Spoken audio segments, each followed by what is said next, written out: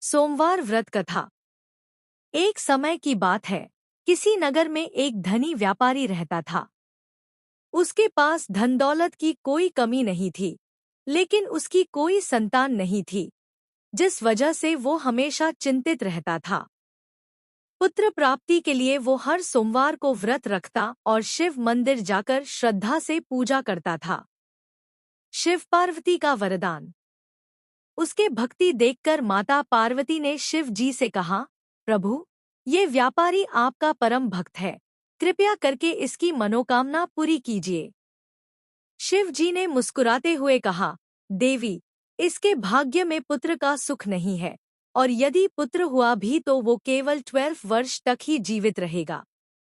लेकिन माता पार्वती के बार बार अनुरोध करने पर शिव जी ने उसे पुत्र का वरदान दे दिया। पुत्र का जन्म और शिक्षा। कुछ समय बाद व्यापारी के घर एक सुंदर बालक ने जन्म लिया।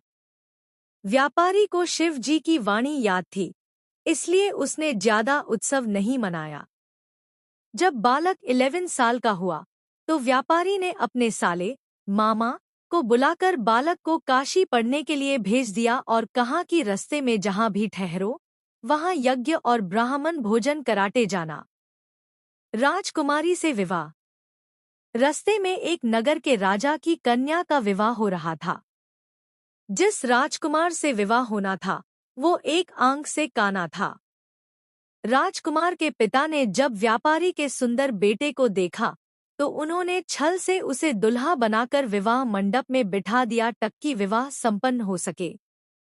विवाह के बाद बालक ने राजकुमारी की ओढ़नी, दुपट्टा पर सच लिख दिया कि तुम्हारा